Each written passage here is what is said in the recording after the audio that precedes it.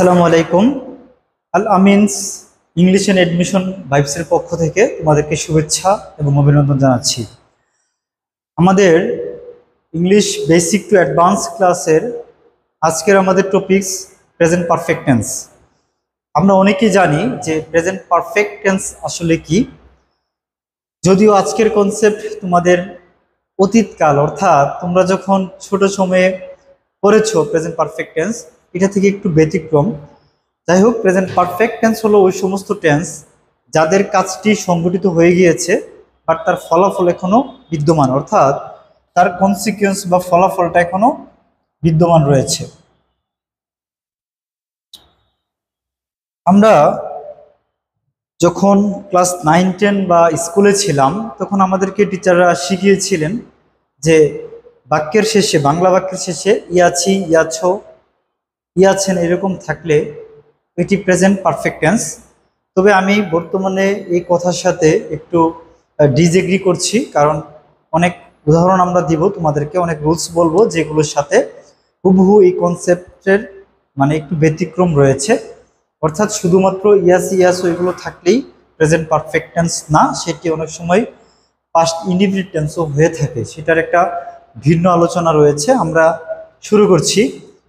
সবার প্রথমে আমরা শুরু করছি হলো স্ট্রাকচার দিয়ে, অর্থাৎ প্রেজেন্ট পারফেক্ট টেন্সের ডেফিনেশনের সাথে সাথে আমরা একটি স্ট্রাকচারটা নিয়ে কথা বলবো। অর্থাৎ স্ট্রাকচার হলো যে subject plus have, has plus ভার্বের V3, অর্থাৎ পাস্ট পার্টিসিপল ভার্বের ফর্ম, দেন অবজেক্ট যদি থাকে অথবা এক্সটেনশন যদি থাকে। অর্থাৎ বাংলা বাক্যের শেষে অনেক সময় ইয়াছে, ইয়াছে এগুলো থাকে, বাট ইংলিশ করার সময় সাবজেক্ট প্লাস হ্যাভ অথবা হ্যাজ অথবা ভার্বের V3 বসবে। এখন কথা হলো যে হ্যাভ কখন বসবে এবং হ্যাজ কখন বসবে। It's important. হ্যাভ হলো ফার্স্ট পারসন, অর্থাৎ আমরা প্রেজেন্ট ইনডিফিনিট টেন্স পড়াইতে যাই তোমাদেরকে বলেছিলাম যে ফার্স্ট পারসন কি, সেকেন্ড পারসন কি। যারা এগুলো ক্লিয়ার না তারা আমাদের ইউটিউব চ্যানেলে এবং ফেসবুক পেজে ক্লাসগুলো আপলোড করে দেওয়া আছে, তোমরা প্রিভিয়াস ক্লাসগুলো দেখে আসতে পারো।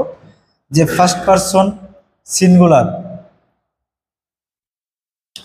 অ্যান্ড প্লুরাল, অর্থাৎ আই, উই, আচ্ছা, দেন হলো second person, second person singular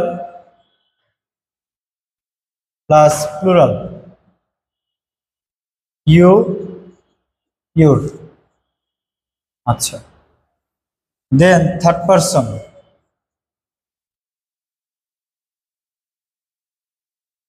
plural. এইগুলোর সাথে কি বসবে? এইগুলোর সাথে হলো হ্যাভ বসবে, অর্থাৎ এই যে আমি যা লেখলাম এগুলোর সাথে কি বসবে? হ্যাভ বসবে। অর্থাৎ ফার্স্ট পারসন সিঙ্গুলার এবং first person plural, second person singular এবং second person plural, third person plural, যেমন দে, থার্ড পারসন প্লুরাল কি? দে। এগুলোর সাথে কি বসবে? এগুলোর সাথে অবশ্যই অবশ্যই হ্যাভ বসবে। এখন প্রশ্ন, তাহলে স্যার হ্যাজ কাদের সাথে বসবে? হ্যাজ অনলি মাত্র, শুধু মনে রাখবা, শুধুমাত্র থার্ড পারসন সিঙ্গুলারের ক্ষেত্রে হ্যাজ বসবে। অর্থাৎ থার্ড পারসন সিঙ্গুলারের ক্ষেত্রে কি বসবে? হ্যাজ বসবে। যেমন হি, শি, দেন ইট, অর যে কোনো নেম, যে কোনো নামের সাথে কি বসতে পারে? হ্যাজ বসবে। আমরা যদি একটু এক্সাম্পল দিই, তাহলে ধরো আমরা যে সারা জীবন যে ইউনিভার্সাল একটি উদাহরণ আমরা দিয়ে আসি সবসময়, যে আমি ফুটবল খেলি আছি, হ্যাঁ আমি ফুটবল খেলি আছি, তার মানে হলো যে আই, এখানে আমিটা কি? আমিটা হলো সাবজেক্ট, এই যে আমি ফুটবল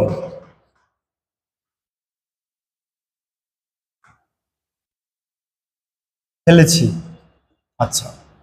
অর্থাৎ আই যেহেতু ফার্স্ট পারসন, তাই আয়ের সাথে কি বসবে? অবশ্যই হ্যাভ বসবে। অর্থাৎ আই হ্যাভ। তারপরে ভার্বের বি থ্রি মানে এখানে মেন ভার্বটা হলো প্লে। তো প্লের ভি3 ভার্বের ফর্ম হলো যে প্লেড, অর্থাৎ আই হ্যাভ প্লেড, তারপরে অবজেক্ট কি football, I have played football. এরকম করে আমরা প্রেজেন্ট পারফেক্ট টেন্সের অনেকগুলো এক্সাম্পল আমরা করতে পারবো। হ্যাঁ, তারপরে রয়েছে কি, তারপরে রয়েছে হলো যে অনেকগুলো গুরুত্বপূর্ণ রুলস নিয়ে আমরা কথা বলবো। খুবই গুরুত্বপূর্ণ একটি রুলস, সবাই খাতায় নোট করতে পারো। অর্থাৎ কিছু অ্যাডভার্ব আছে, যে অ্যাডভার্বগুলো যদি বাক্যে থাকে তাহলে তোমার এই বাক্যটা কি হবে, এই বাক্যটি প্রেজেন্ট পারফেক্ট টেন্সের হবে। অর্থাৎ এই অ্যাডভার্বগুলো আসলে কি, আমরা অনেক সময় এগুলোকে একটি শর্ট টেকনিক্সের মাধ্যমে শিখে থাকি, যে আজরাইল।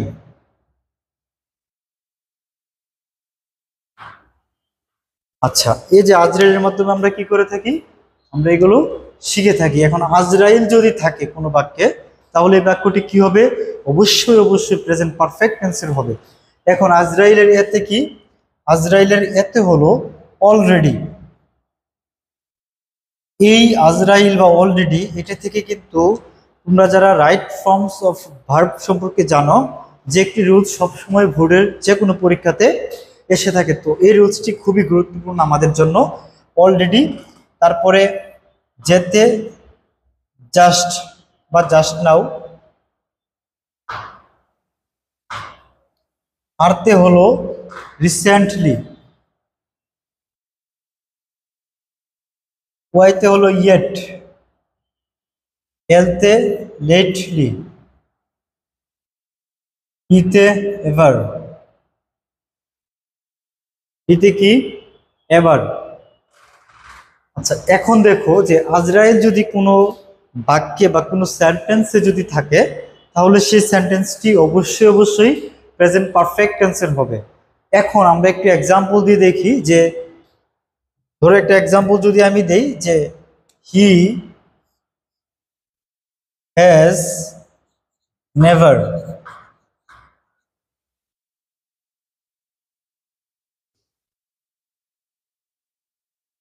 গন টু ঢাকা। আবার আরেকটি এক্সাম্পল যদি দেই, যে he has just come here, he has just come here. আচ্ছা, আমরা মোটামুটি বুঝতে পারলাম যে আমাদের সেন্টেন্সে যদি এই আজরাইল সম্পর্কে যে ওয়ার্ডগুলো আছে, যেমন অলরেডি, জাস্ট, তারপর রিসেন্টলি, লেটলি, এভার এবং ইয়েট, এগুলো যদি থাকে তাহলে এই টেন্সটাকে আমরা কি বলবো, প্রেজেন্ট পারফেক্ট টেন্স বলবো। আচ্ছা, আমরা মোটামুটি বুঝতে পারছি। তারপরে আমরা যেই ইম্পর্টেন্ট একটি রুলস নিয়ে কথা বলবো, যে কোনো কাজ খুবই গুরুত্বপূর্ণ, এটি অনেকেই জানে না, আমরা একটু তোমাদেরকে বলে রাখি যে একটি গুরুত্বপূর্ণ রুলস, যে কোনো কাজ যদি অতীতে ঘটেছে, আবার অথবা কয়েকবার ঘটেছে এবং পুনরায় কয়েকবার ঘটার সম্ভাবনা আছে, অর্থাৎ অতীতে ঘটেছে, কয়েকবার ঘটেছে,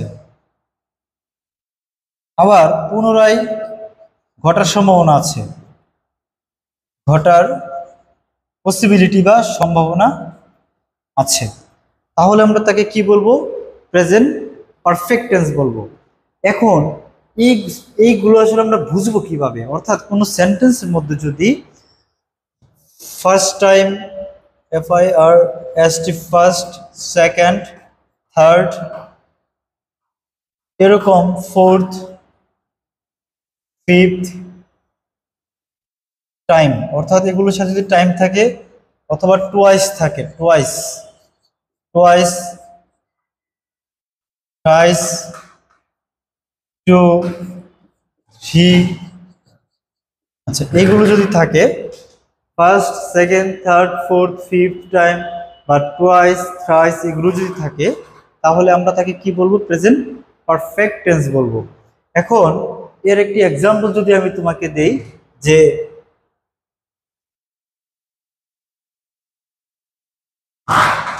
how many times have I told you, অর্থাৎ আর কতবার আমি তোমাকে এই সম্পর্কে বলবো।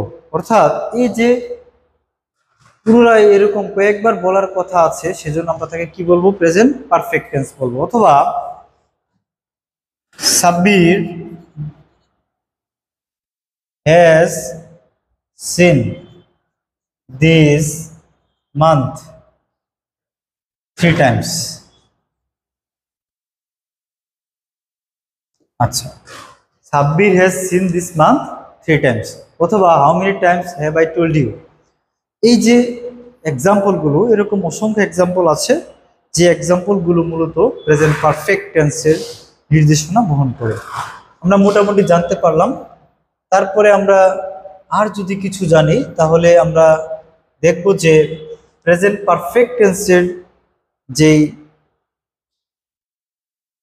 নেগেটিভ এবং ইন্টারোগেটিভ বা ডব্লিউএইচ কোশ্চেন রয়েছে সেই সম্পর্কে যদি আমরা একটি দেখি তাহলে জানবো যে আমাদের একটু কলমটা আমরা চেঞ্জ করে নেই, যে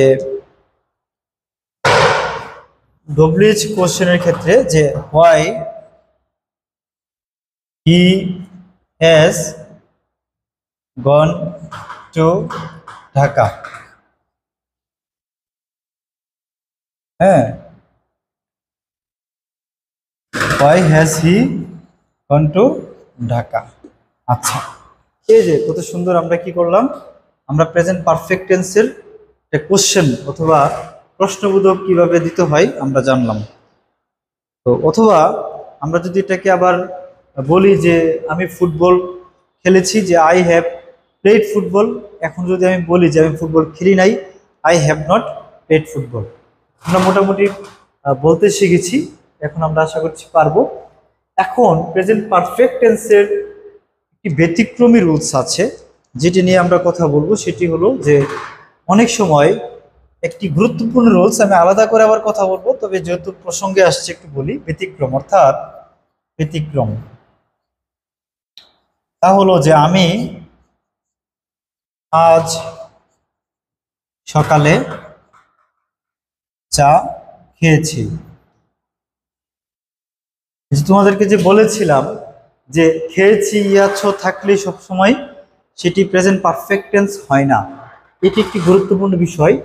যেমন ধরো এই সেন্টেন্সটাতে, এই সেন্টেন্সটি মূলত হবে হলো প্রেজেন্ট ইনডিফিনিট টেন্সের। কেন? ব্যাখ্যাটা দিচ্ছি। এই যে দেখো, আমি আজ সকালে বলেছি, আজ মানে টুডে।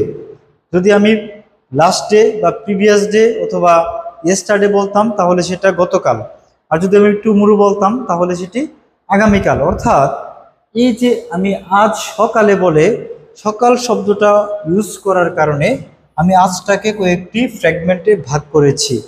অর্থাৎ সকাল, বিকেল, দুপুর, সন্ধ্যা বা রাত, এরকম। অর্থাৎ যেহেতু সকালটা ইউজ করছি, তার মানে হলো এই সকালটা ইউজ করার কারণে আজটাকে, পুরা দিনটাকে আমি কয়েকটা ভাগে ভাগ করেছি। তাই এই যে সকালটা দুপুরের ক্ষেত্রে সেটি কি? পাস্ট।